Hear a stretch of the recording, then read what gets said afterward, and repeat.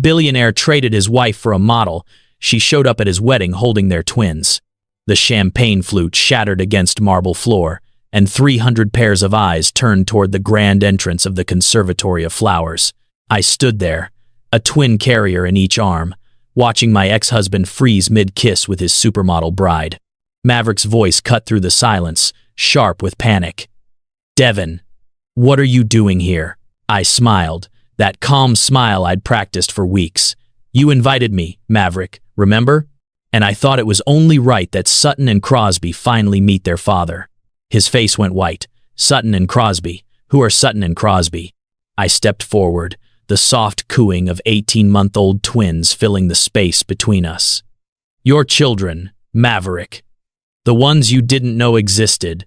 The ones conceived 3 years ago during our last attempt to save a marriage you'd already abandoned." Lennox, resplendent in her $50,000 Vera Wang gown, grabbed Maverick's arm. "What is she talking about?" "Richard, what is she talking about?" But Maverick couldn't speak. He was staring at Crosby, at those unmistakable green eyes that mirrored his own, at Sutton's dark hair that fell exactly like his did, at the dimples that marked them both as Thornhills without question. I lifted Sutton slightly, her tiny hand waving at the crowd of San Francisco's elite, the same people who'd watched me be discarded like yesterday's news. "Say hello, sweetheart."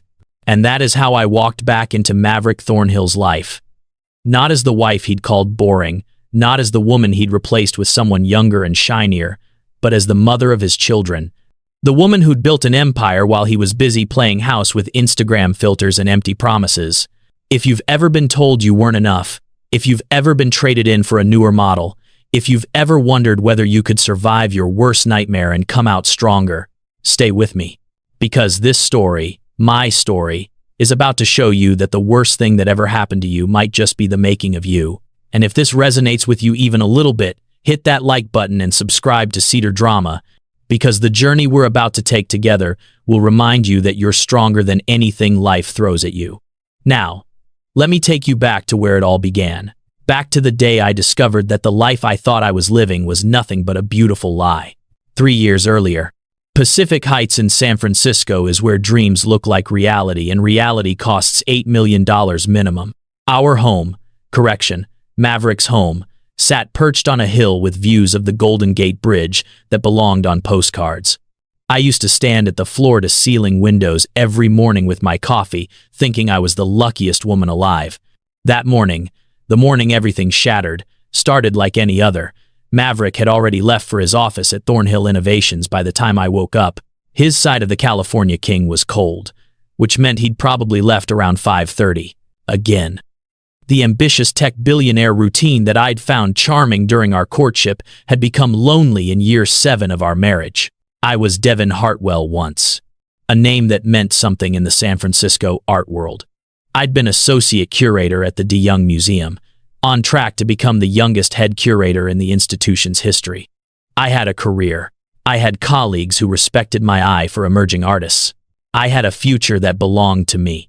Then I became Devin Thornhill, wife of Maverick Thornhill. And somehow, imperceptibly, my identity dissolved into his shadow.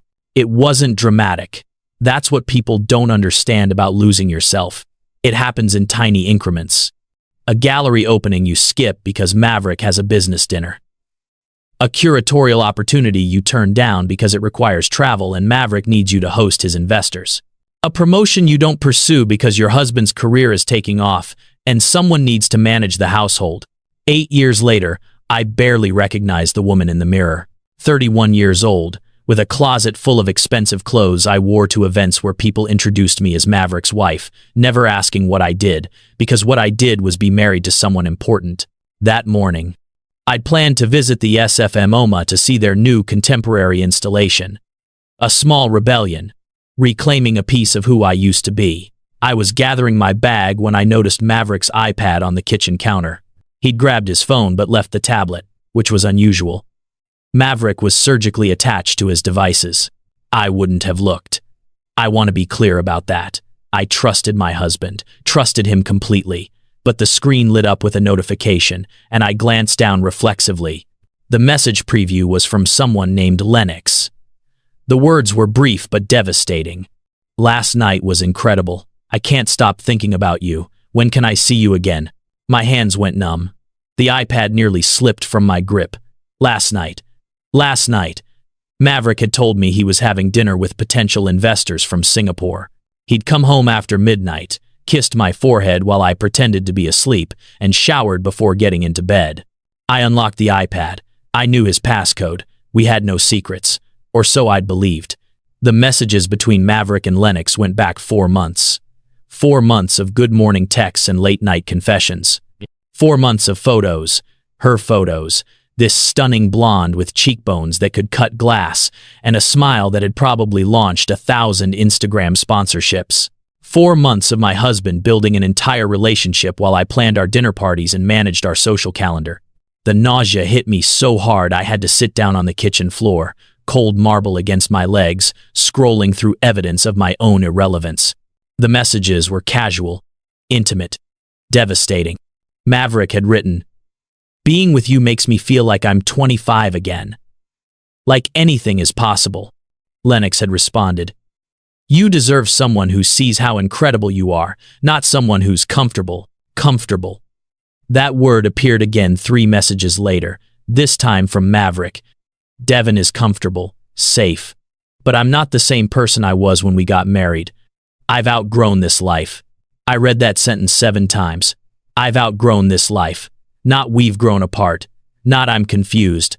I've outgrown this life. Like I was a pair of shoes that no longer fit. Like our 8 years together were a phase he'd moved beyond. There were photos. Nothing explicit, but worse somehow. Intimate. Lennox in what looked like Maverick's office, sitting on his desk. Maverick and Lennox at a restaurant I didn't recognize, her hand covering his. Selfies with that filtered glow that made everything look like a dream. My marriage was ending in text bubbles and emojis. I don't know how long I sat there. Long enough that my legs cramped. Long enough that the coffee I'd made went cold. Long enough to memorize every casual cruelty, every easy intimacy, every piece of evidence that I'd been replaced before I even knew I was competing. When I finally stood up, something had shifted inside me. The shock was crystallizing into something harder. Clarity, maybe. Or just the basic survival instinct that kicks in when your world implodes. I took screenshots. Every message. Every photo. Methodical and thorough, the way I used to document provenance for museum acquisitions. Evidence.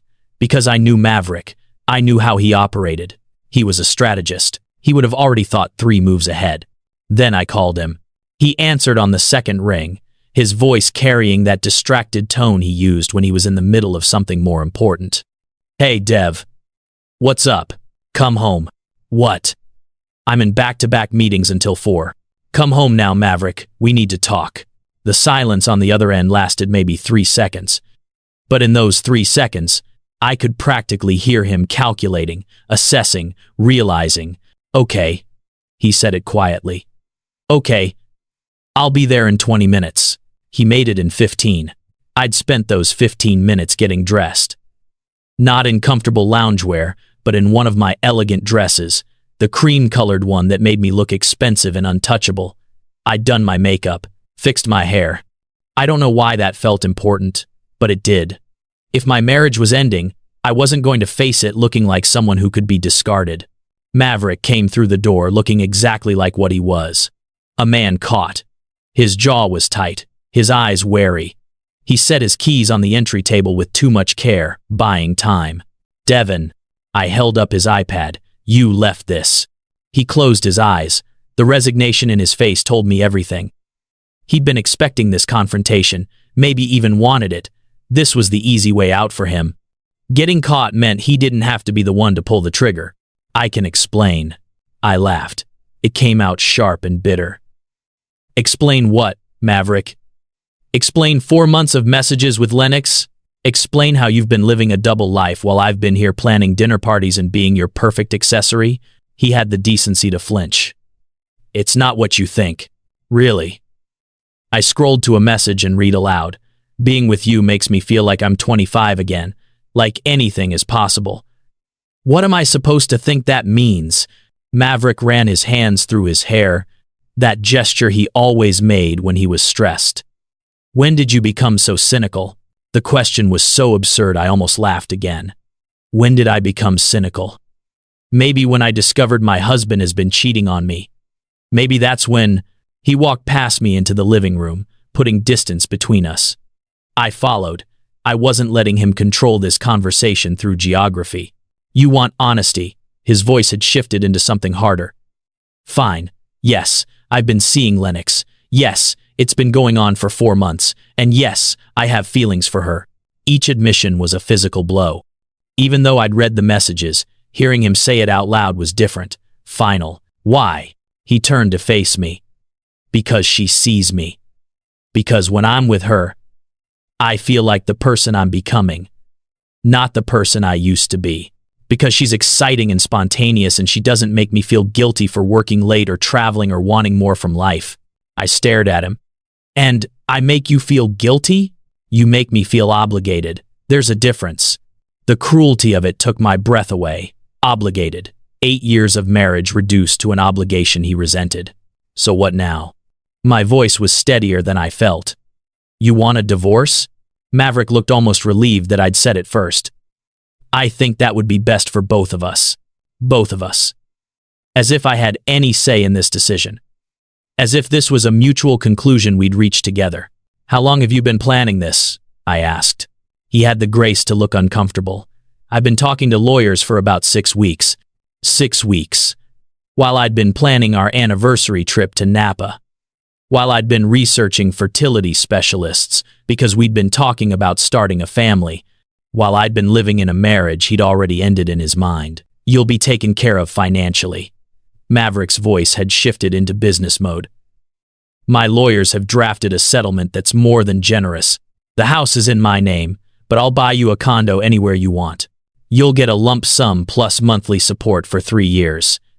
That should be enough time for you to figure out what you want to do. What I want to do, like I was a recent college graduate planning my future, not a woman whose entire life was being dismantled. I'm trying to be fair here, Devon. Fair. I repeated the word like it was foreign. Fair would have been telling me you were unhappy before you started sleeping with someone else. Fair would have been giving our marriage a chance before you threw it away. Fair would have been treating me like a partner, not an inconvenience you're paying off. His jaw tightened. I knew you'd be like this. You always make everything so complicated. I'm making this complicated? You're the one who's been living a lie for 4 months. I haven't been lying. I just haven't told you the truth yet. There's a difference. The rationalization was so perfectly Maverick. In his mind, he probably had convinced himself he was being thoughtful, strategic, kind even, waiting for the right time, managing the situation. Never mind that the situation was my life. Does she know? I asked. Lennox, does she know you're married? Of course she knows. And she's fine with it? She's fine being the other woman? Maverick's expression hardened. She's not the other woman. She's the woman I want to be with. You're the complication we're trying to navigate respectfully. There it was. The truth underneath all the corporate speak and careful phrasing. I was the complication. The obstacle between Maverick and his exciting new life with his exciting new girlfriend. When were you going to tell me? If I hadn't found the messages, how long would you have kept this going? He didn't answer immediately. The silence told me everything. You were never going to tell me, were you? You were just going to let this play out until I figured it out on my own. Or until you got bored enough to make it official. That's not fair. Stop telling me what's fair. I stepped closer to him, letting him see the anger I'd been holding back. You don't get to destroy our marriage and then dictate how I'm allowed to feel about it. I'm not trying to destroy anything. Maverick's voice rose, frustration finally breaking through. I'm trying to be honest. I'm trying to end this the right way. I could have just walked out. I could have dragged this through the courts and made it ugly. But I'm trying to do this with some dignity. Dignity. I almost laughed. There's no dignified way to tell your wife you've been cheating on her and you want out. It's not cheating if the marriage is already over. The marriage isn't over until we say it's over. I'm saying it's over. Maverick met my eyes. I'm done, Devon. I've been done for a while now. I've just been trying to figure out how to tell you without destroying you. His arrogance was breathtaking. Without destroying me, like I was so fragile, so dependent on him, that the end of our marriage would shatter me completely. Maybe he was right to worry, standing there in our $8 million house, wearing a dress I'd bought with his credit card, having spent the last 3 years as Mrs. Maverick Thornhill instead of Devon Hartwell. Maybe I was exactly that fragile, but I wasn't going to let him see it. Fine, my voice was ice. File for divorce. Give your lawyers whatever instructions you want. I'll get my own representation. Devon, you don't need to make this adversarial. My lawyers can handle everything. The settlement is fair. I don't want your lawyers handling my future. I'll get my own. That's going to make this take longer. Cost more. I don't care. We stood there, two people who'd promised forever, negotiating the terms of our ending like a business deal, because that's what we'd become somewhere along the way. A merger that was no longer profitable. A partnership that had outlived its usefulness. I'll move out this week. Maverick said it like he was doing me a favor. Give you some space to process. How generous. He ignored the sarcasm. I'll have my assistant coordinate with you about picking up my things. And Devon, I really am sorry it came to this. No, you're not. You're sorry you got caught. You're sorry it's messy. But you're not sorry it's ending. So don't insult me by pretending you are. Maverick looked at me for a long moment, and I saw it clearly. He'd already left. Emotionally, mentally, he'd divorced me months ago. This was just the paperwork. He walked to the door, then paused. For what it's worth, I did love you. Once. Past tense, final, buried. After he left, I stood in the living room I'd decorated, in the house I'd made into a home, and felt the full weight of my new reality. I was 31 years old, divorced, or soon to be, with no career, no identity separate from being Maverick's wife, and no idea who I was anymore. I walked to the window and looked out at the view that had once made me feel like I'd arrived. The Golden Gate Bridge stretching across the bay, the city glittering below, all of it beautiful and expensive and completely meaningless. My phone buzzed, a text from my mother. Lunch this week? Want to hear about the wedding plans? My mother, my family, our friends, everyone who would have to be told that Maverick and I were getting divorced, everyone who would ask what happened, who would take sides, who would whisper about what I'd done wrong to lose a man like Maverick Thornhill. The tears came then. Not delicate crying, but the kind of sobbing that shakes your whole body. The kind that comes from losing not just a person, but a future. Not just a marriage, but an identity. I slid down to the floor, designer dress and all, and let myself break, because tomorrow I would have to start figuring out how to put myself back together. Tomorrow I would have to call lawyers and tell my family and face the reality of rebuilding from scratch. But today, I let myself mourn the death of who I'd been. The woman who'd believed in forever. The woman who'd thought love was enough. The woman who'd made herself smaller so her husband could feel bigger. That woman was gone. And I had no idea who would take her place. The divorce moved with the efficiency that unlimited money provides. Maverick's lawyers were a white shoe firm in the financial district, the kind of place where the conference rooms have original Rothko paintings and the reception area smells like leather and intimidation. My lawyer was Patricia Ashford, a 50-something woman with steel gray hair and a reputation for eviscerating unfaithful husbands. She came recommended by an old colleague from the DeYoung, someone who'd been through her own ugly divorce and emerged victorious. The settlement Maverick's lawyers proposed was, as promised, generous by conventional standards. $1.5 million lump sum. $5,000 monthly support for 3 years. My car, whatever furniture I wanted from the house. It was calculated to look magnanimous while actually being the cheapest way to make me disappear. Patricia read through the proposal with the kind of focus surgeons use. Then she looked up at me over her reading glasses. How long were you married? 8 years. How much was his company worth when you got married? Maybe $3 million. He was just starting to get traction with his first big contracts. And now, I'd seen the Forbes estimate. Thornhill Innovations is valued at $200 million. Patricia smiled. It wasn't a nice smile. So during your marriage, his company grew by $197 million. Tell me, Devin, what were you doing during those 8 years? I almost said nothing, which was the answer I'd internalized. But Patricia's expression told me she was looking for something else. I managed our household. I hosted dinners for his investors and clients. I accompanied him to conferences and industry events. I gave up my career at the De Young Museum to support his work. I was supposed to be the curator for their Contemporary Innovations exhibition, but I turned it down because Maverick needed me to travel with him to Tokyo for a product launch. Patricia was writing everything down. Go on. I organized charity events that connected Maverick with San Francisco society. I introduced him to collectors and philanthropists who became investors. I edited his speeches.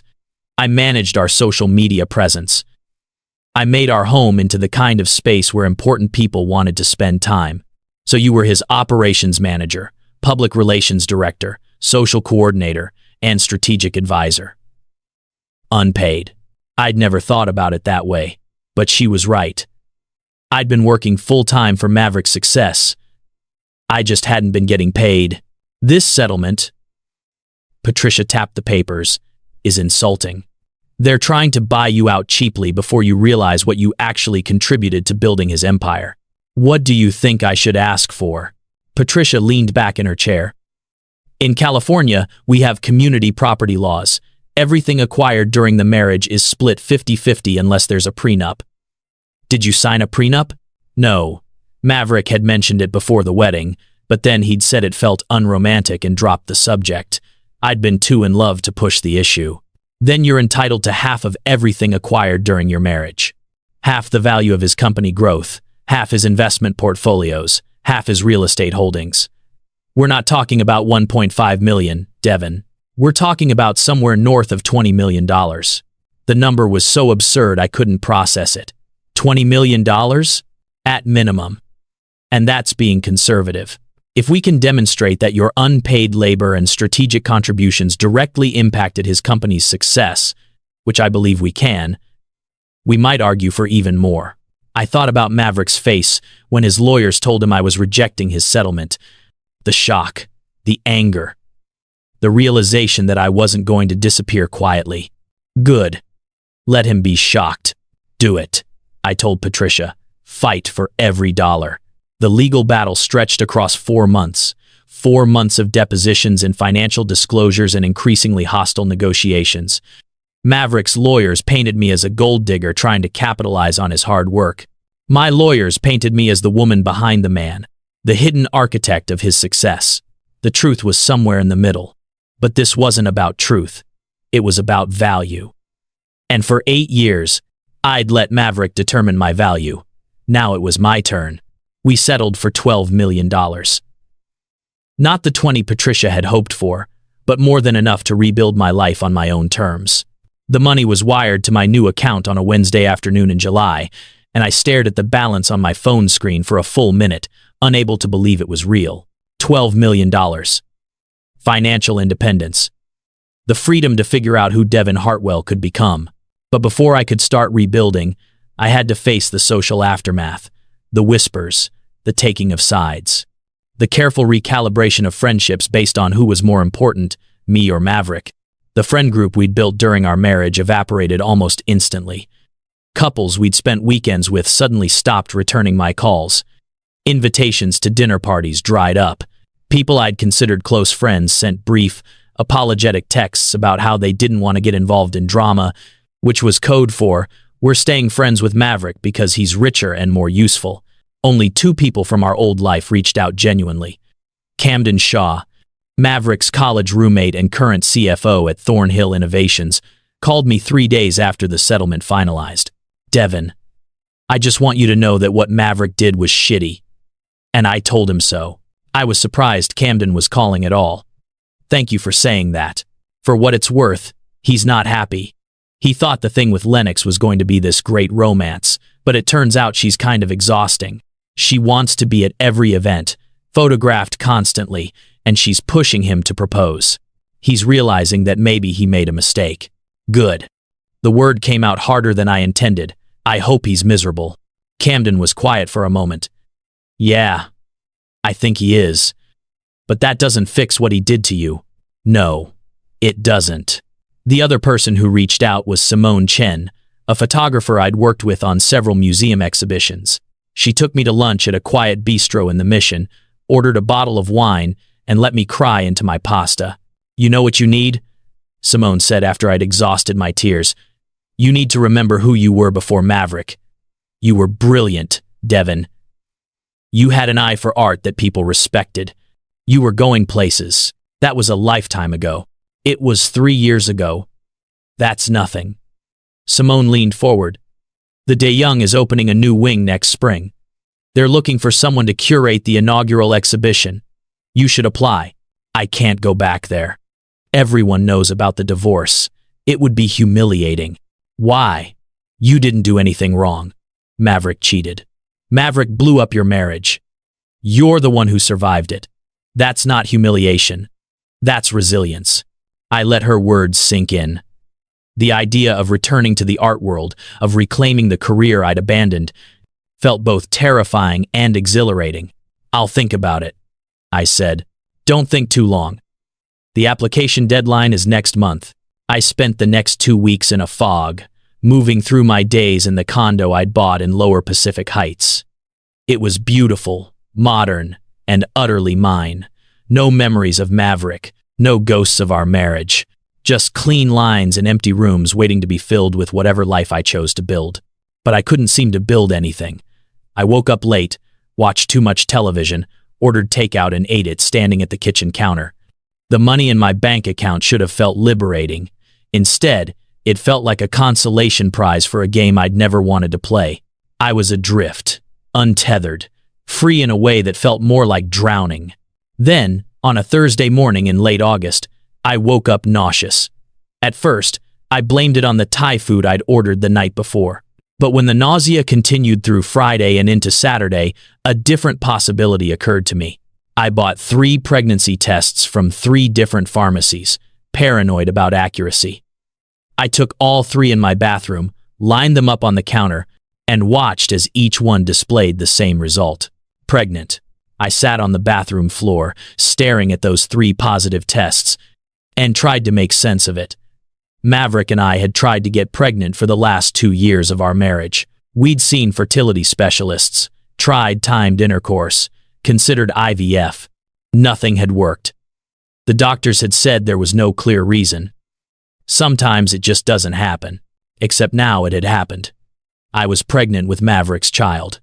Conceived during our last attempt at reconciliation, a desperate final effort to save our marriage 2 months before everything fell apart. The irony was devastating.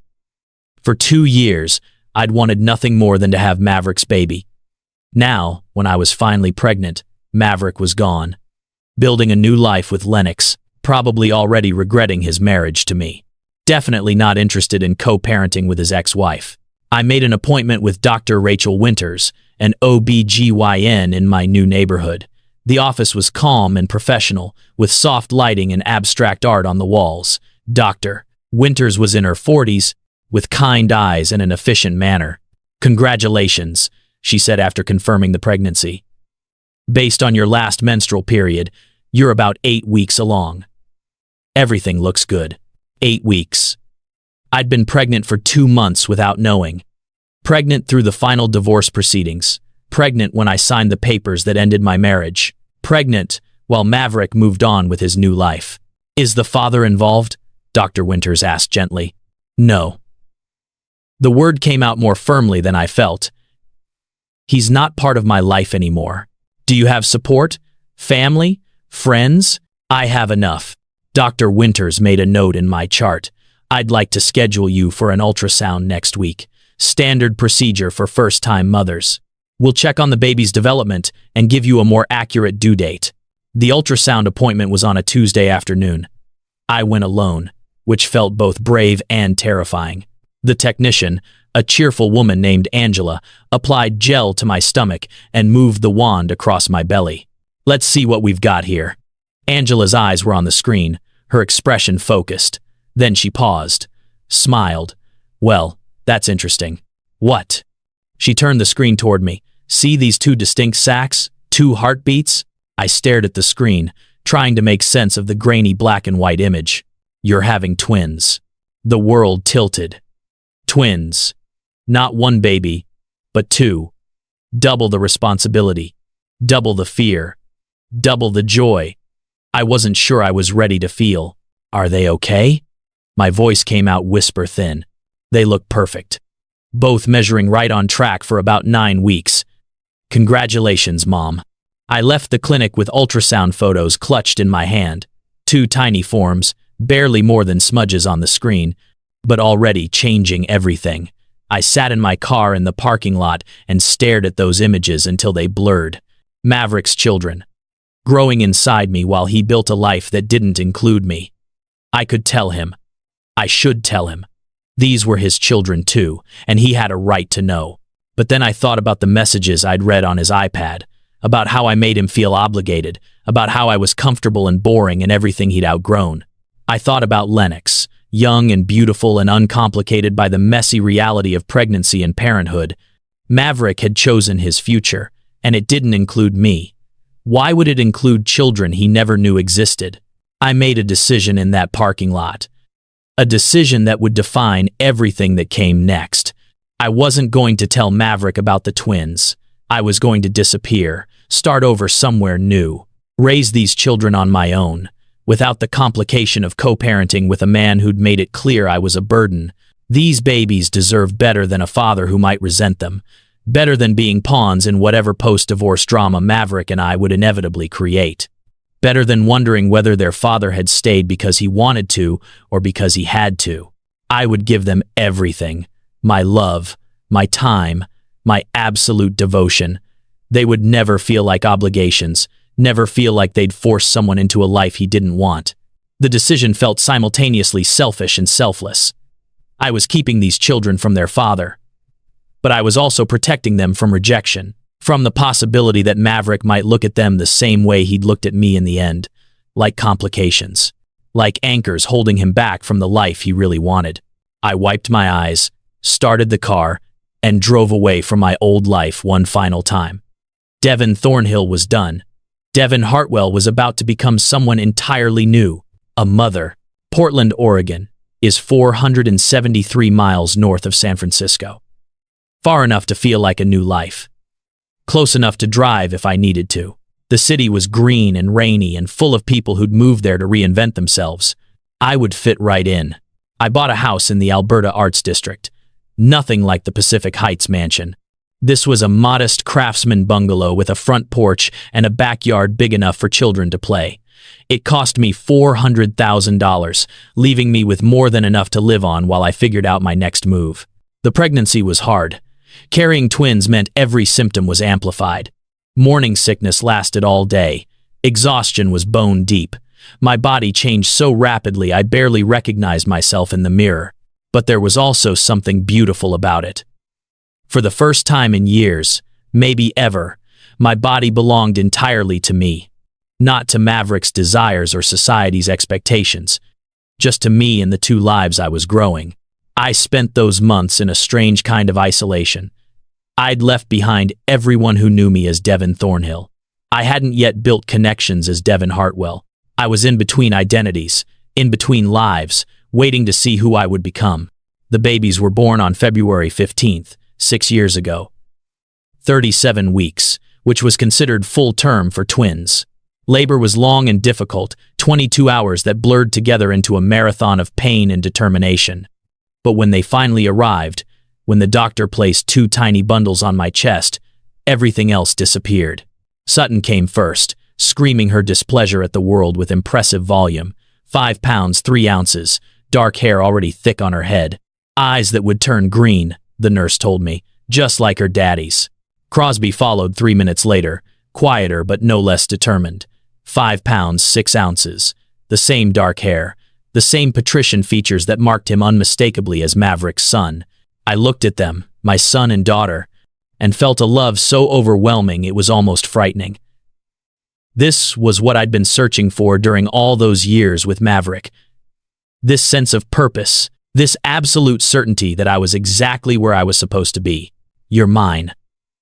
I whispered to them as they settled against my chest. Just mine, and I'm going to give you everything. The first year was survival.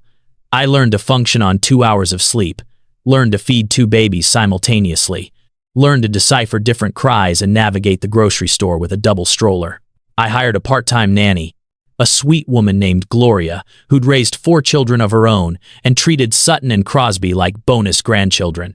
But mostly, it was just me and the twins.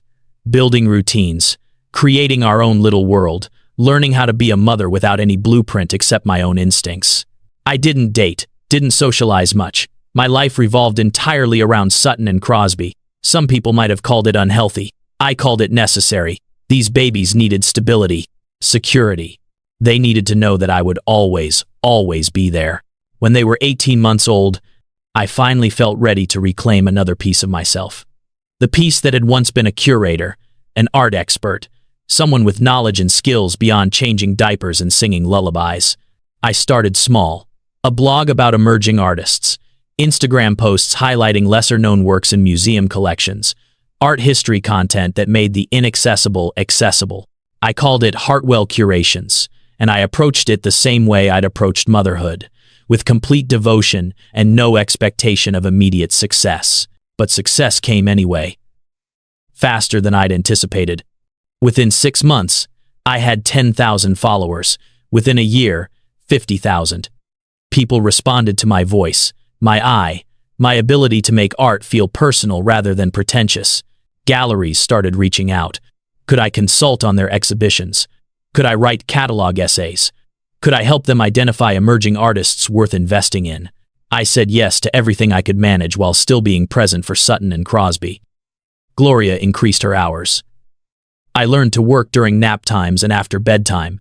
I built a business from scratch, piece by piece, client by client. By the time the twins were 2, Heartwell Curations had become a full-fledged art consulting firm. I had 12 employees working remotely. We represented 40 artists. We consulted for collectors from Seattle to Los Angeles. We were generating annual revenue of $3 million. I'd built something real, something mine, something that had nothing to do with being Maverick's wife and everything to do with being Devin Hartwell. The money from the divorce settlement sat mostly untouched in investment accounts. I didn't need it. I was supporting myself and my children through my own work. The satisfaction of that was worth more than $12 million could buy. Sutton and Crosby grew into remarkable little humans. Sutton was bold and fearless, always the first to climb higher or run faster. Crosby was thoughtful and observant, noticing details other children missed. They looked so much like Maverick that sometimes it hurt to see his features reflected in their faces. But they were also entirely themselves, untouched by his rejection because they'd never known it. Loved completely because I'd chosen them over everything else. They asked about their father, of course. Children always do. "Where's our daddy?" Sutton asked when she was 3, watching another family at the playground. I'd prepared for this question. "Your daddy and I couldn't stay married. But that has nothing to do with you. You're loved more than you could possibly know. Does he know about us?" I paused, choosing truth over comfort. "No, baby, he doesn't." "Why not?" "Because sometimes grown-ups make choices that seem right at the time. And I chose to give you a life without complications, without questions about whether you were wanted." "You're wanted, Sutton. You and Crosby are the best things that ever happened to me." It was an imperfect answer, maybe even a selfish one, but it was honest. When the twins turned 3, something unexpected happened. Art Forum magazine, one of the most prestigious art publications in the world, reached out about doing a profile on Heartwell Curations. The writer, a sharp-eyed woman named Kira Patel, spent 3 days shadowing me, watching me work, interviewing clients, observing me with Sutton and Crosby. The article that resulted was titled, "The Curator Who's Democratizing Fine Art." It featured photos of me in my home office, surrounded by art books and children's toys. Sutton and Crosby appeared in several shots, their faces carefully blurred for privacy. "Devin Hartwell represents a new kind of art world power player," Kira wrote. "She's built an empire not through institutional connections or inherited wealth, but through genuine expertise and authentic voice." She's proof that you don't need museum backing or gallery representation to shape contemporary art discourse. You just need vision and the courage to share it. The article went viral in art world circles. My Instagram followers doubled overnight. Consulting requests poured in, and among the flood of new attention, one opportunity stood out. An email from the San Francisco Museum of Modern Art. They were planning a major exhibition called Disrupting the Canon, featuring contemporary artists who challenged traditional narratives. They wanted me to curate it. The exhibition would open in 18 months. It would be one of SFMOMA's flagship shows for the year. It would put Hartwell curations on the international map. It would also require me to return to San Francisco, the city where Maverick lived, where our shared past still existed in the memories of everyone who'd watched our marriage implode. I stared at that email for 3 days before responding. Sutton and Crosby were now 3.5, old enough to travel, old enough to handle change. But was I ready to go back? To risk running into Maverick? To potentially explode the secret I'd been keeping for over 4 years? In the end, ambition won out over fear. This was the opportunity I'd been working toward, the validation that I was more than Maverick's ex-wife. I was Devin Hartwell, curator, expert, success story.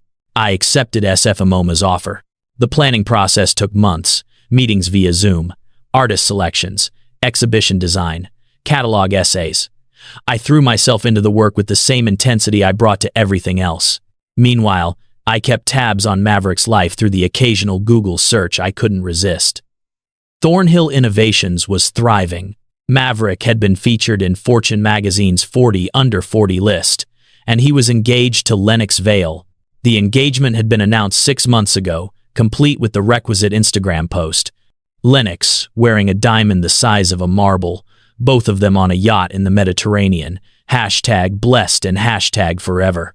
I felt nothing looking at those photos, no jealousy, no residual heartbreak, just a vague curiosity about whether Maverick had finally found the happiness he'd been chasing when he blew up our marriage.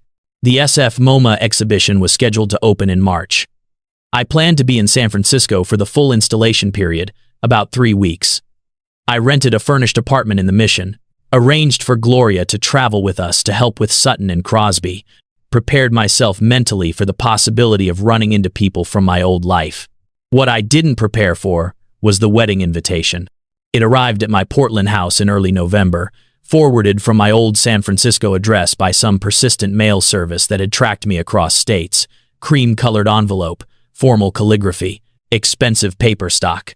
Mr. Maverick Thornhill and Miss Lennox Vale request the pleasure of your company at their wedding celebration on Saturday, November 15th, at the Conservatory of Flowers, Golden Gate Park. I read it 3 times, certain I was misunderstanding. Why would Maverick invite me to his wedding? We'd barely spoken since the divorce finalized. Our lawyers had handled everything. We'd successfully avoided each other completely. Then I noticed the list of names on the back envelope flap, a wedding planner's label. This wasn't Maverick personally inviting me. This was a mass mailing to everyone on some comprehensive guest list, probably created from Maverick's contacts and never properly vetted. I was invited to my ex-husband's wedding by accident. The smart thing would be to throw the invitation away. Ignore it completely. Focus on my work and my children, and the life I'd built without Maverick.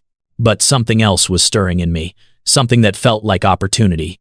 Maverick had spent 4 years believing he'd made the right choice, believing he'd upgraded, believing his life with Lennox was better than anything we'd had together. He had no idea he was a father. No idea that the wife he'd discarded had created 2 incredible human beings. No idea that while he was taking yacht photos, I was raising twins and building a business and becoming someone extraordinary. What would happen if he found out?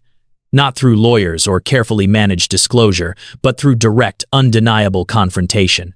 What would happen if I showed up at his perfect wedding with Sutton and Crosby? The idea took root slowly, growing from curiosity to possibility to plan. I spent weeks thinking through the implications, the consequences, the potential damage to Sutton and Crosby, but I also thought about truth. About the fact that Maverick had children he didn't know existed. About the fact that Sutton and Crosby had a father who'd chosen ignorance, even if that choice wasn't entirely his fault. They deserved to know where they came from, who they came from. And Maverick deserved to understand exactly what his choices had cost him. I made my decision 6 weeks before the wedding. I would attend, I would bring Sutton and Crosby, and I would let the truth speak for itself. The 6 weeks between deciding to attend Maverick's wedding and actually doing it felt like preparing for war. Not a violent war, but the kind fought with presence and truth, and the undeniable reality of 2 3-year-old children who looked exactly like their father. I started with the practical details. Outfits. I needed us to look perfect without looking like we were trying too hard. For myself, I chose a burgundy dress from Gabriella Hearst, elegant and expensive without being flashy. It made me look successful, which I was, powerful, which I'd become, and completely over my ex-husband, which was mostly true. For Sutton and Crosby, I found matching outfits that walked the line between adorable and formal. Sutton in a soft pink dress with delicate embroidery, Crosby in tiny gray slacks and a white button-down shirt. They looked like they'd stepped out of a Ralph Lauren advertisement. Wholesome and beautiful and utterly impossible to ignore. I practiced what I would say, rehearsed responses to every possible reaction, planned exit strategies in case things went sideways. But mostly, I prepared myself emotionally for seeing Maverick again. 4 years had passed since our divorce finalized. 4 years since I'd heard his voice or seen his face outside of occasional magazine photos. I'd built an entire life in that time. Become a mother, built a business, transformed into someone who barely resembled the woman he'd left behind. Would he even recognize me? Gloria, my nanny and now close friend, had strong opinions about my plan. "This is either the bravest thing you've ever done or the most reckless," she said as she helped me pack for our trip to San Francisco. "I can't decide which. Maybe it's both. Those babies don't deserve to be part of your revenge plot against their father. It's not revenge." I folded Sutton's pink dress carefully into the suitcase. "It's truth. Maverick has children. They have a father. That's just reality. And I'm tired of hiding from it. You could tell him privately. Set up a meeting. Let lawyers handle the disclosure. I could. But then he gets to control the narrative. He gets to decide when and how and whether to acknowledge them. This way, the truth just exists. Undeniable. Public. Real." Gloria shook her head but didn't argue further. She'd been with me since the twins were 6 months old. She'd watched me build my life from nothing. If anyone understood my need to face Maverick on my own terms, it was her. We arrived in San Francisco on Thursday, 2 days before the wedding. The city felt different than I remembered. Or maybe I was different, and that changed how I saw everything. The whole place carried memories I'd thought I'd left behind. The apartment I'd rented was in Noe Valley, a family-friendly neighborhood far from my old Pacific Heights life. It had 2 bedrooms, a small backyard, and absolutely no connection to the woman I'd been during my marriage. Sutton and Crosby adapted instantly the way children do. They explored every room, claimed the bedroom with bunk beds as their territory, and demanded to know when they could visit the park they'd spotted down the street. "Tomorrow," I promised. "Tonight we're staying in." I needed time to center myself. To remember why I was doing this. To prepare for Saturday. Friday passed in a blur of last-minute preparations. I got my hair done at a salon in the marina. Nothing dramatic, just a trim and style that made me look polished, professional, like someone who'd moved on completely. I took Sutton and Crosby to Golden Gate Park, let them run around the playground, fed them ice cream from a truck. Normal things. Grounding things. Reminders that no matter what happened at the wedding, my real life was about these 2 perfect humans who thought I hung the moon. "Mommy, why are we so dressed up tomorrow?" Sutton asked as I tucked her into bed Friday night. "We're going to a fancy party. Will there be cake?" "Probably." She seemed satisfied with that answer. Crosby, more perceptive, asked a different question. "Who's getting married?" I hesitated. "Someone I used to know. Someone who was important to me a long time ago." "Do they know we're coming?" "No, baby. They don't." Saturday morning arrived too quickly, and not quickly enough. I woke at 6, unable to sleep, my mind racing through every possible scenario. Maverick seeing the twins and immediately recognizing them. Lennox's reaction. the guests' shock, the media frenzy that might follow. I almost backed out a dozen times, almost called the whole thing off and returned to Portland where life was safe and predictable and mine. But then I looked at Sutton and Crosby, still sleeping peacefully, and I knew I couldn't keep hiding. They deserved the truth. Maverick deserved the truth. And I deserved to walk back into my old world as the woman I'd become, not the woman I'd been. Getting 2 3-year-olds ready for a formal event is an exercise in patience. Sutton refused to wear shoes until I convinced her they were princess shoes. Crosby spilled juice on his white shirt and I had to scramble to find the backup I'd thankfully packed. By the time we were all dressed and ready, I was already exhausted. Gloria insisted on coming with us, at least to help wrangle the kids during the drive. We took an Uber to avoid parking logistics, a black SUV that felt appropriately dramatic for the occasion. The Conservatory of Flowers in Golden Gate Park is a Victorian greenhouse, all white-painted wood and glass panels, surrounded by elaborate gardens. It's stunning and romantic and exactly the kind of place Lennox would choose for her wedding. Photogenic, Instagram perfect. A backdrop for a life that looked flawless from the outside. We arrived deliberately late, after the ceremony had ended, but while cocktail hour was in full swing, I wanted to make an entrance, not interrupt vows. This wasn't about ruining Maverick's wedding. It was about revealing a truth he'd been living without. I can wait in the car with them, Gloria offered one last time.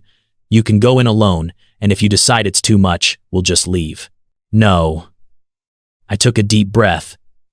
We're doing this. I lifted Crosby onto my hip, took Sutton's hand, walked across the parking area toward the entrance to the conservatory. Each step felt monumental, each breath deliberate. The gardens were full of wedding guests in expensive clothes, holding champagne flutes, laughing in clusters. I recognized some of them immediately. Business associates from Maverick's company, society people I'd made small talk with at charity events, friends who'd disappeared from my life the moment my marriage ended. We entered through the main doors into the humid warmth of the greenhouse. The interior had been transformed into a wedding wonderland. White flowers everywhere, string lights creating an ethereal glow, a string quartet playing something classical and romantic. And there, across the room, stood Maverick. He looked older. Not dramatically, but enough that I could see 4 years etched in the subtle lines around his eyes, the slight softening of his jawline. He was wearing a custom tuxedo, obviously expensive, talking to a group of men I recognized as investors. Next to him stood Lennox. She was breathtaking. There's no other word for it. Her wedding dress probably cost more than most people's cars, a flowing creation of silk and lace that photographed like a dream. Her blonde hair was styled in soft waves. Her makeup was flawless. She looked like every bridal magazine cover come to life. They looked perfect together. Maverick in his tuxedo, Lennox in her gown, surrounded by beauty and wealth, and the kind of life that existed in a carefully curated bubble. For just a moment, I felt it. The old insecurity, the voice that had once told me I wasn't enough, wasn't exciting enough, wasn't worthy of this world. Then Crosby shifted on my hip and Sutton squeezed my hand, and I remembered. I didn't need to be part of this world. I'd built my own world, and it was better. I walked further into the reception. People started noticing us. I watched recognition dawn on faces, watched whispers spread like ripples across water. Is that Devon Hartwell? Maverick's ex-wife? What is she doing here? Are those her children? Jennifer Morrison, a woman who'd been in my book club during my marriage, approached with wide eyes. Devon? Oh my God, is that really you? Hello, Jennifer. I smiled warmly. It's good to see you. I had no idea you were. She stared at Sutton and Crosby, her brain clearly doing calculations. How old are they? 3.5. I watched her process that. 3.5 years old, which meant they were conceived during or shortly after my marriage to Maverick, which meant they're beautiful, Jennifer said carefully. What are their names? This is Sutton and Crosby. Sutton, emboldened by attention, smiled her biggest smile. We're twins. More people were gathering now, the whispers growing louder. I saw Camden Shaw, Maverick's CFO and former friend, staring at us from across the room. Saw him urgently tap Maverick's shoulder. Maverick turned. Our eyes met across the greenhouse. I watched the sequence of emotions cross his face in real time. Confusion at seeing me. Shock at seeing children. Then the moment of recognition, when his eyes focused on Crosby's green eyes, Sutton's distinctive features. The unmistakable resemblance. He went pale. Actually pale, color draining from his face like he'd seen a ghost. Lennox followed his gaze. Saw me. Saw the twins. Her perfectly made-up face twisted into confusion and then something harder. Maverick started walking toward us. The crowd parted automatically. The string quartet was still playing, but the conversation had died. 300 people watching this drama unfold in real time. He stopped about 6 feet away. Just stared. At me. At Sutton. At Crosby. His mouth opened but no sound came out. "Hello, Maverick." My voice was steady. "Congratulations on your wedding. Devin." He finally found words. "What are you doing here?" "You invited me." I gestured vaguely toward the crowd. "Or your wedding planner did." I thought it would be rude not to attend. His eyes dropped to Crosby, still on my hip, staring at this strange man with solemn curiosity. Then to Sutton, holding my hand, taking in everything with her sharp, observant gaze. "Who?" Maverick's voice cracked. "Who are they?" Lennox had joined him now, her wedding dress rustling, her face a mask of barely controlled emotion. "Richard, what is happening? Who is this woman?" "Richard." His middle name. Lennox called him by his middle name. The detail struck me as absurd and somehow perfect. "This is my ex-wife," Maverick said, never taking his eyes off the children. "Devin." I held out my hand to Lennox. "It's lovely to meet you. I've seen so many photos. You look even more beautiful in person." She ignored my hand. "Why are you here?" "This is a private event." "It's fine," Maverick said quickly. "Lennox, just give me a minute." "A minute?" "Your ex-wife crashes our wedding with children, and you want me to give you a minute?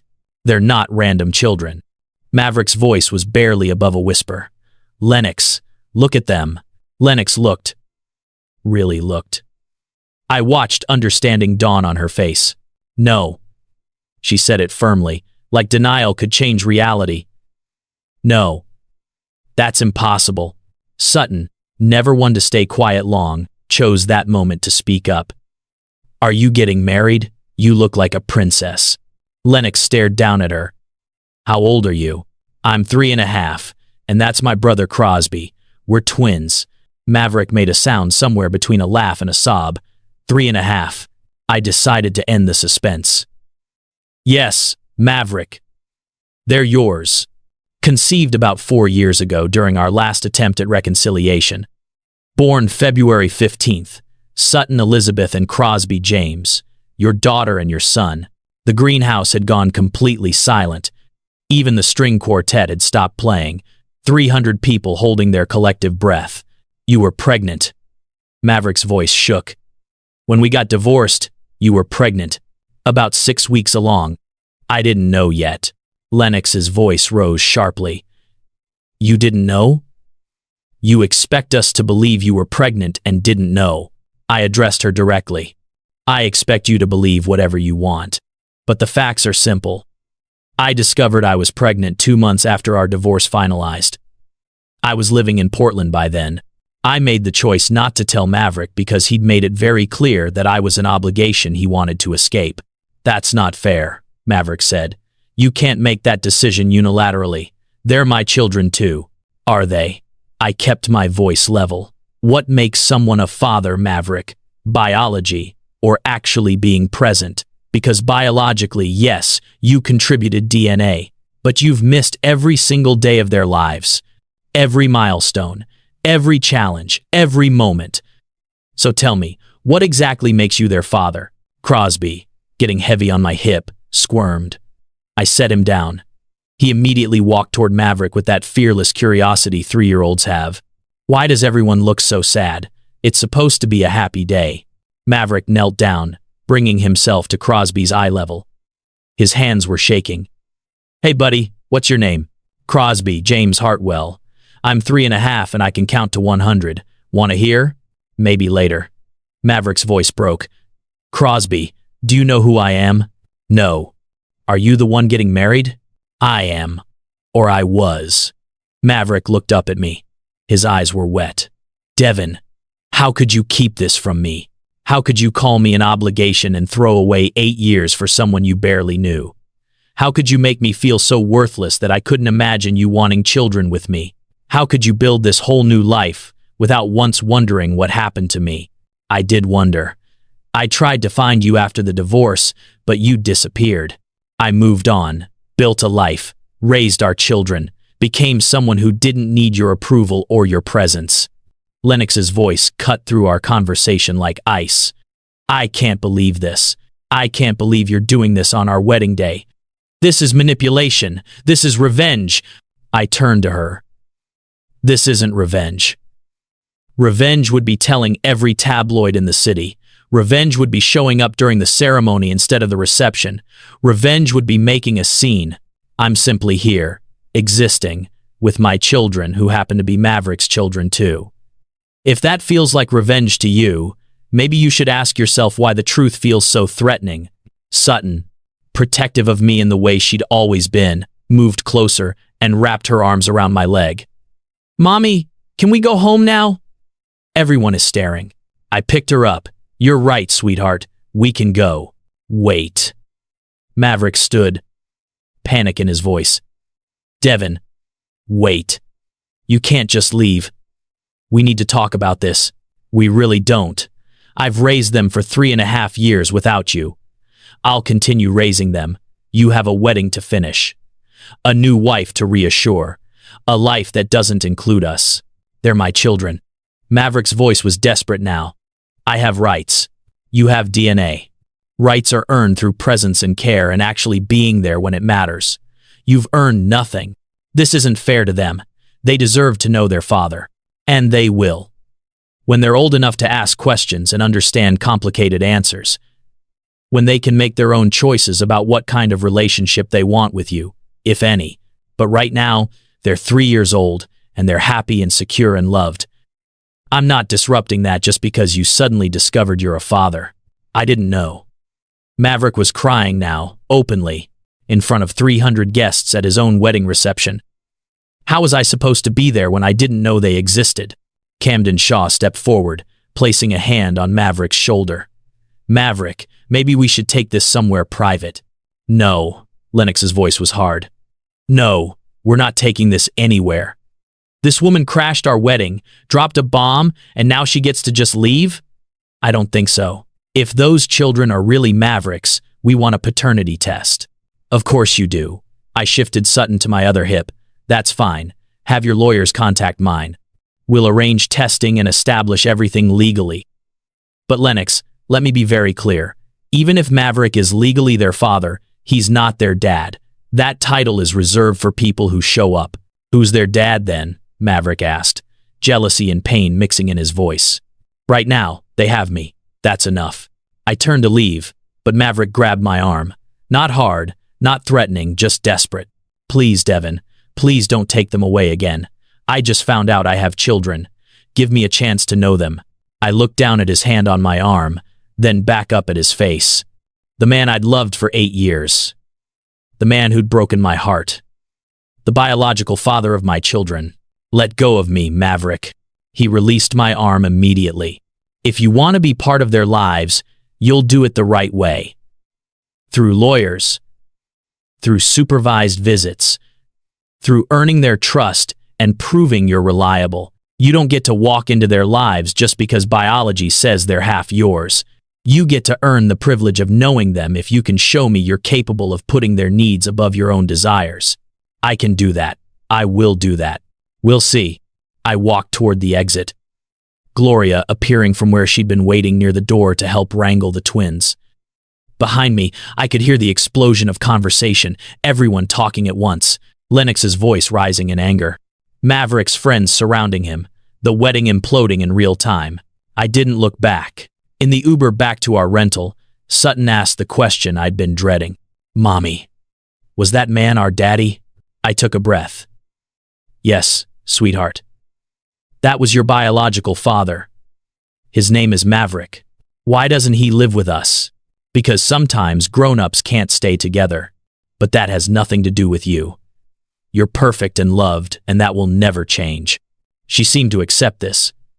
Crosby was already asleep, exhausted from the excitement and attention. Sutton snuggled against me, her small body warm and trusting. Gloria squeezed my hand. You did the right thing. I hope so. The media explosion started within hours. Someone at the wedding had taken photos. By evening, gossip sites were running headlines. Billionaire's secret twins revealed at his wedding. Tech mogul Maverick Thornhill's ex-wife crashes wedding with his unknown children. The photos showed me holding the twins, Maverick's face shocked and pale, Lennox looking furious in her wedding gown. My phone started ringing. Old friends, former colleagues, journalists wanting comments. I ignored all of it except one call from Patricia Ashford, my divorce lawyer. Devin, what did you do? I told the truth. At his wedding? Seemed like the right moment. Patricia laughed, surprised. Well, his lawyers have already contacted me. They want paternity testing done immediately. Of course they do. Set it up. I have nothing to hide. This is going to get complicated. Custody, visitation, child support. Let it get complicated. I'm not hiding anymore. The paternity test was scheduled for the following Tuesday at a neutral medical facility. Maverick showed up looking haggard, like he hadn't slept since the wedding. Lennox was not with him. Where's your wife? I asked as we waited for the technician. I don't know. She asked for an annulment Sunday morning. Said she didn't sign up to be a stepmother to secret children. Said I'd deceived her about my past. I felt a flash of sympathy that surprised me. I'm sorry. Are you? He looked at me with red-rimmed eyes. You destroyed my wedding, Devin. No. I introduced you to your children. What you built with Lennox was apparently fragile enough that the truth destroyed it. The technician called us in. The test was simple. Cheek swabs from Maverick, Sutton, and Crosby. 3 minutes of uncomfortable silence, and it was done. Results would be available in 3 to 5 business days. As we prepared to leave, Maverick stopped me. Can I see them? Not officially. Not as part of custody or anything legal. Just as a person who wants to know these kids? Sutton and Crosby were with Gloria at a nearby park. I deliberately kept them away from this medical appointment, not wanting to confuse them further. Not yet, I said. When the results come back, when we have lawyers involved and a plan in place, then we can talk about supervised visits. Supervised visits with my own children. With children you've never met before 4 days ago.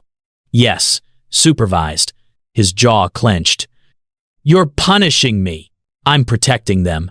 There's a difference. The results came back Thursday. 99.9% probability that Maverick Thornhill was the biological father of Sutton Elizabeth Hartwell and Crosby James Hartwell. Not that there'd been any real doubt, but now it was official. Patricia called me immediately after receiving the results. His lawyers want to discuss custody arrangements. They're pushing for 50-50 shared custody. Absolutely not. I agree. The children don't even know him. We'll propose supervised visitation to start. 2 hours a week with you present. After 3 months, we can reassess based on how the children respond. That sounds reasonable. The negotiations took 2 weeks. Maverick's lawyers pushed hard for more access. My lawyers pushed back harder. In the end, we agreed to a graduated visitation schedule. Supervised visits for 3 months, then unsupervised visits for 3 months, then overnight visits, then weekends, all contingent on the children's emotional well-being and Maverick's consistency. Child support was set at $15,000 per month, which was somehow both an absurd amount of money and meaningless given my own financial independence. I agreed to it not because I needed it, but because Maverick needed to contribute. Needed to have financial responsibility for these children he'd unknowingly created. The first supervised visit was scheduled for a Saturday afternoon at a neutral location, a family-friendly restaurant with a play area where Sutton and Crosby could feel comfortable. I prepared them carefully. We're going to see Maverick today. The man we met at the wedding. He wants to spend some time with you. Why? Sutton asked. Because he's your biological father and he wants to get to know you. Crosby, always more cautious, asked, Do we have to go? No. If at any point you want to leave, we'll leave. This is about you, not about the adults. Maverick arrived 15 minutes early, nervous energy radiating off him. He'd brought gifts, which I'd specifically asked him not to, but I didn't comment. A stuffed animal for Sutton, a toy truck for Crosby. Simple things, thoughtful even. We sat at a table, ordered drinks. The awkwardness was palpable. Maverick knelt down to the children's level. Hi, Sutton. Hi, Crosby. I'm really happy to see you again. Sutton studied him with her direct gaze. Are you our daddy now? I'm your biological father. That means you grew from cells that came from me and your mom. But being a dad is different. That's something I hope I can earn by spending time with you and showing you that I care about you. The answer surprised me. It was better than I'd expected, more thoughtful. Crosby held up the toy truck. Thank you for this. It's blue. Blue is my favorite color. I remembered. Maverick smiled. Your mom told me. He hadn't. I'd included that detail in the information packet my lawyer had sent, but the small lie for the sake of connection didn't seem harmful. The visit lasted 2 hours. Maverick asked questions about their favorite things, their routines, what they liked to do. He listened when they talked, really listened. He didn't check his phone, didn't get distracted, just gave them his full attention. Sutton warmed up to him faster than Crosby. She showed him how she could do a cartwheel. Told him about her preschool teacher, Miss Amanda, asked if he wanted to see the pictures she'd drawn. Crosby remained more reserved, watching, assessing. When Maverick asked if he could give him a hug, Crosby shook his head. That's okay, Maverick said gently. Maybe next time. The emotional intelligence in that response gave me hope I hadn't expected to feel. As we prepared to leave, Maverick asked if he could walk us to our car. I agreed. Sutton held his hand, chattering about a bird she'd seen that morning. Crosby held mine, quiet. Thank you, Maverick said as I buckled the kids into their car seats. Thank you for giving me this chance. Don't thank me yet. Show up next week. And the week after. Be consistent. That's what they need. I will be. I promise. I wanted to believe him. I also knew that promises from Maverick Thornhill had a historically poor track record. But as I drove away, watching him wave in the rearview mirror, something had shifted. Not forgiveness, not reconciliation, just the smallest possibility that maybe Maverick could learn to be the father these children deserved. Over the following weeks, something unexpected happened. Maverick showed up, every single scheduled visit, on time, present, engaged. He brought books instead of toys, asked about their interests instead of talking about himself, started learning their rhythms and preferences. Crosby's resistance gradually softened. By the 4th visit, he accepted a hug. By the 6th, he was showing Maverick his favorite puzzle. By the 8th, he asked if Maverick would come to his preschool's parent day. Sutton, characteristically direct, asked the question I'd been avoiding. Mommy, if Maverick is our daddy, why doesn't he live with us like other daddies?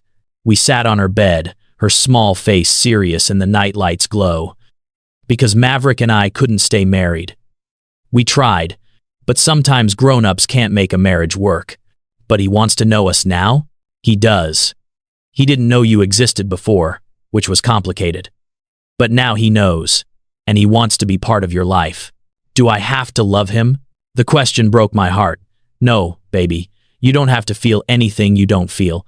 Love is something that grows when people show up and care about you over and over again. Maverick is trying to do that now. But whether you love him is completely up to you. I love you, Mommy. I love you too, sweetheart. So much. 3 months into the visitation schedule, Patricia called. His lawyers are requesting unsupervised visits.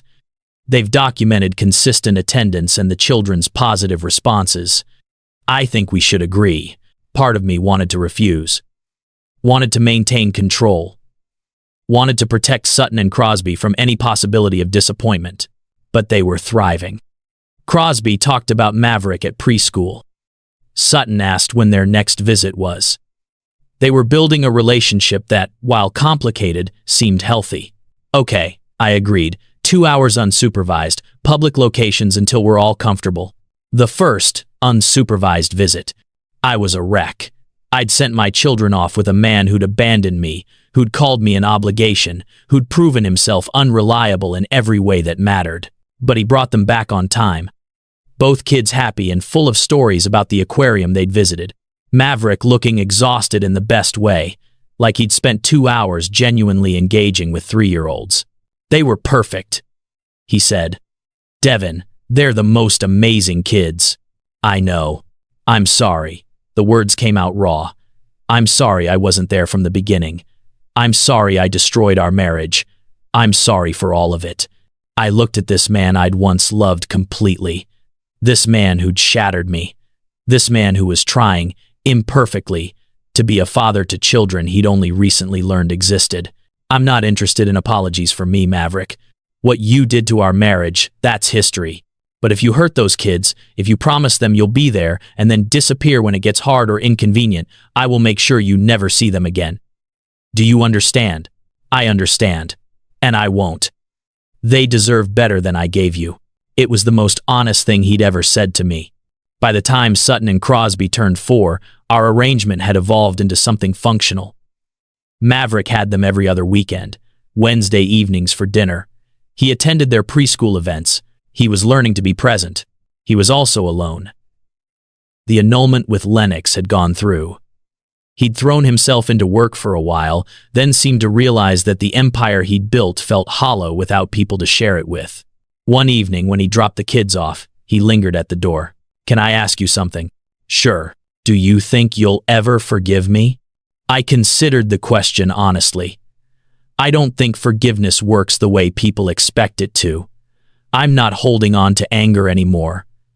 But I also can't forget what happened. You showed me who you were. I believe you. That's fair. He paused. For what it's worth, watching you with them, seeing the life you've built, I realize what I threw away. You were never the problem, Devin. I was. I appreciate you saying that, but it doesn't change anything. I know. I just wanted you to know. After he left, I stood in the doorway watching his car pull away. 4 years ago, I would have given anything to hear him admit he'd been wrong. To hear him acknowledge my worth. Now it didn't matter. I'd found my worth on my own. In business success, in motherhood, in building a life that didn't require his validation. The SF MoMA exhibition, Disrupting the Canon, opened to critical acclaim. The show I'd curated ran for 6 months and was considered one of the museum's most successful contemporary exhibitions in a decade. It led to consulting offers from galleries in New York, London, and Tokyo. Hartwell Curations expanded. I hired more staff. Opened a small gallery space in Portland. Was featured in Art Forum again, this time on the cover. The headline read, "The Curator Who Changed the Conversation." Sutton and Crosby started kindergarten. Smart, confident, loving children who knew they were wanted. Who had a mother who would do anything for them and a father who was learning, slowly, to show up. On their 5th birthday, Maverick asked if he could throw them a party. Not at his penthouse, but at a kid-focused venue, a trampoline park they loved. Of course, I said. They'd love that. The party was chaotic and perfect. 20 kindergartners bouncing off walls, while parents tried to maintain some semblance of order. Maverick looked overwhelmed but happy, genuinely present in a way I'd never seen during our marriage. As we cleaned up afterward, Sutton said something that caught us both off guard. I have 2 homes now, the one with mommy and the one with daddy. That's more than lots of kids have. She said it with such simple contentment that Maverick and I both teared up. Later, after the kids were asleep, I reflected on the impossible journey from that terrible day I'd discovered his affair to this moment. I'd lost a marriage but found myself. I'd been discarded but had built something better. I'd kept a secret and then revealed it in the most dramatic way possible. Was it the right choice? I still didn't know, but Sutton and Crosby were thriving. Maverick had become a real father. And I had proven to myself and everyone else that being called ordinary by someone who couldn't see your value just meant they were looking with the wrong eyes. My phone buzzed with a text from Maverick. Thank you for today. Thank you for giving me the chance to know them. I know I don't deserve it. I typed back. They deserve a father who shows up. You're learning to be that person. Keep going. 3 dots appeared. then disappeared, then appeared again. I saw the article about your Tokyo consulting gig. You're incredible, Devin. You always were. I was just too stupid to see it. I read the message twice, then set my phone down without responding. Some things didn't need a response. Some acknowledgments came too late to matter. But as I got ready for bed in the home I'd made, in the life I'd built, with my children sleeping safely down the hall, I felt something I hadn't felt in years. Complete. Not because a man finally saw my worth, but because I'd found it myself. Not because my ex-husband admitted he was wrong, but because I'd proven I was right about my own value. I'd been traded for a newer model, discarded as boring and ordinary, left behind for something shinier, and I'd become extraordinary anyway. Not despite what happened, but because of it. Because being shattered gives you the opportunity to rebuild yourself into something stronger. Because loss teaches you what you're actually made of. Because the worst thing that ever happens to you can become the catalyst for becoming who you were always meant to be. I'd shown up at Maverick's wedding with our twins, not for revenge, but for truth. To reclaim my narrative, to show him what his choices cost him, to give my children the father they deserved, even if he had to earn that title. And in doing so, I'd freed myself from the last hold he had on me, the last question of what if, the last shadow of the woman who'd believed her value came from being chosen. I chose myself. I chose my children. I chose truth over comfort and presence over pretense. And that choice made all the difference. Epilogue. 2 years later, Sutton and Crosby are 7 now, in 2nd grade, thriving. They spend alternating weeks with me and Maverick, a custody arrangement we've adjusted over time. It's not perfect, but it works. Maverick has been in therapy for 18 months. He's a different man than the one who destroyed our marriage. More self-aware, more present, more willing to do the work of being a real parent. He apologized formally. Once, about a year ago. Not for leaving me, that ship had sailed, but for robbing our children of 4 years of having a father. For the ripple effects of his choices.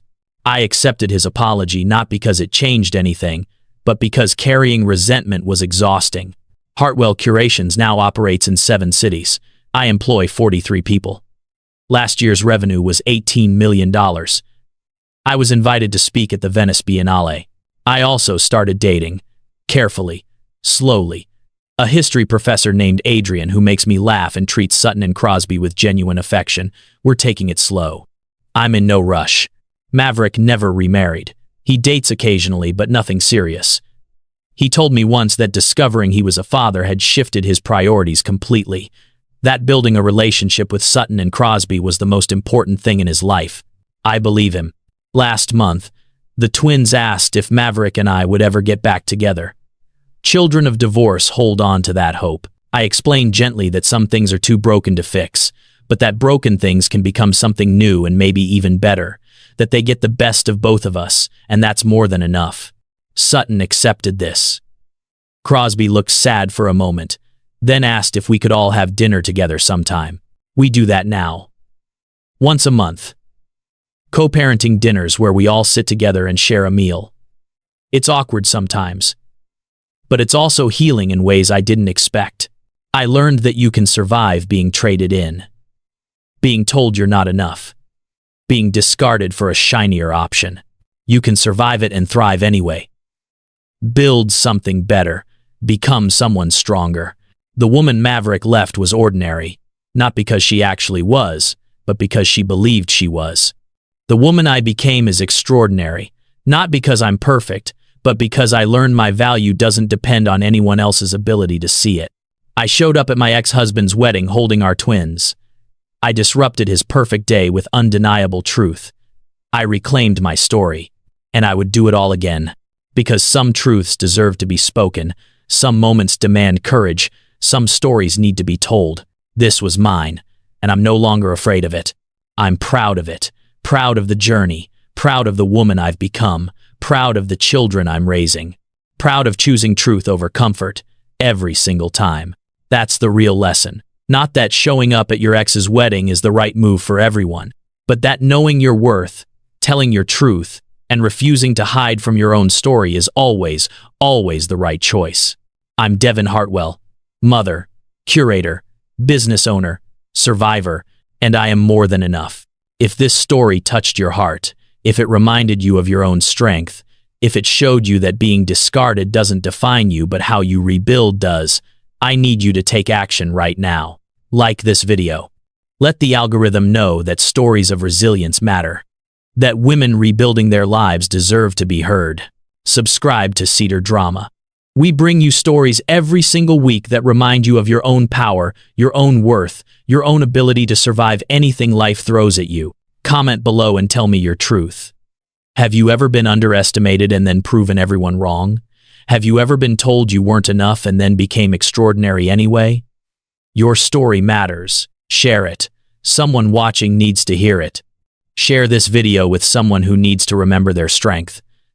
That friend going through a divorce. That sister who's rebuilding. That woman who forgot she's capable of anything. You are not what happened to you. You are what you choose to become because of it. Remember that. Carry it with you. Let it change everything. I'll see you in the next story.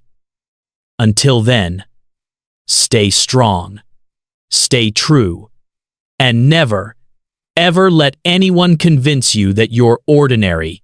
You're extraordinary. You always were.